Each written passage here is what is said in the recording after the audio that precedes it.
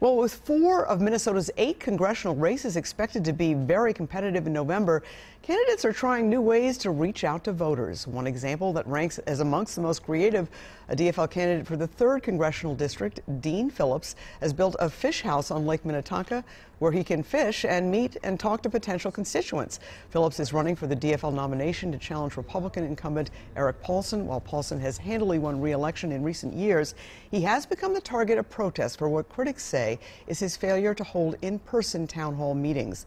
The often quoted Cook Political Report earlier this month moved the 3rd District race, which includes the western suburbs of Minneapolis, from leaning Republican to a toss-up. And joining us right now is DFL candidate Dean Phillips. Thank you so much, Mr. Phillips, for coming in. Good to be back. All right, well, let me ask you this. First of all, we heard that story about Medicaid cuts. Congressman Paulson, in the aftermath of the President's State of the Union address, praised the President's tax bill as well as his budget plan. Your thoughts about that? Well, there are some elements of the tax bill that I actually support, but plenty that I don't. And I'm deeply concerned about Minnesota specifically, and particularly the 3rd District, in that the SALT deductions, state and local tax deductions, are a significant part of the 3rd District's deductions and a great benefit. And I'm afraid this will only put Minnesota further down the list of all the states that send money to Washington based on what we get back. We rank 44th right now. And I think that's only going to get larger. And that's why 12 of Eric Paulson's Republican colleagues in the House of Representatives from similarly high-tax states like New York and New Jersey and California voted against this tax bill because it's a detriment to many of their citizens. And I think that has to be recognized. All right. Congressman Paulson, the President is taking credit for the rebounding in the stock market, although it's been a little bit bumpy of late. It's still way up from where it was.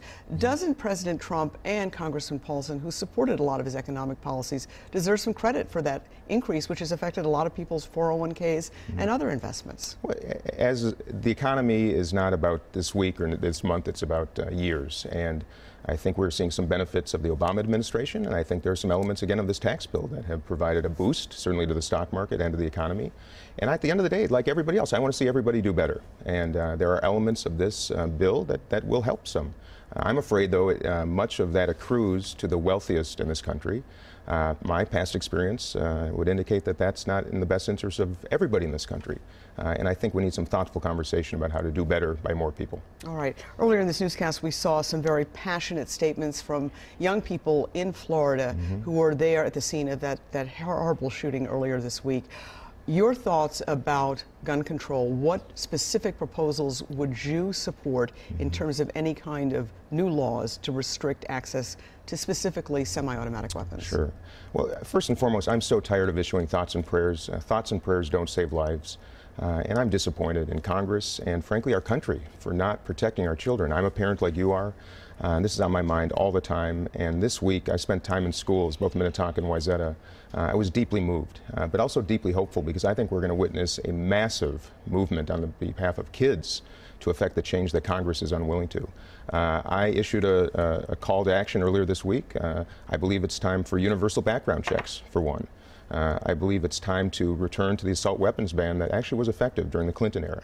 I think we need to place mental health professionals in every single elementary and high school in this entire country. We need anti-bullying programs in every school in this country.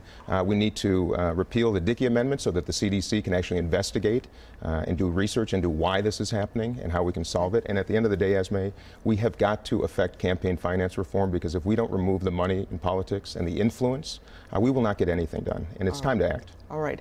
Following up here, to a certain extent, an election where there is an incumbent, if a challenger is going to win, part of the issue has to be the incumbent himself.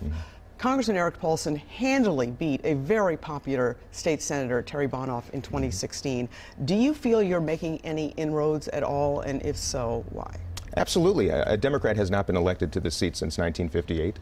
And I recognize that, of course. But this year is different. And this is a very thoughtful, engaged district. And my campaign is not designed just to win. My campaign is designed to create conversation. And I'm really disappointed at the tenor and tone of politics, both in Congress and in our own state. And what I've discovered based on what we're trying to do, which is get people to talk again, that there's a lot less that divides us. That is true of Republicans, Democrats, Libertarians, Independents.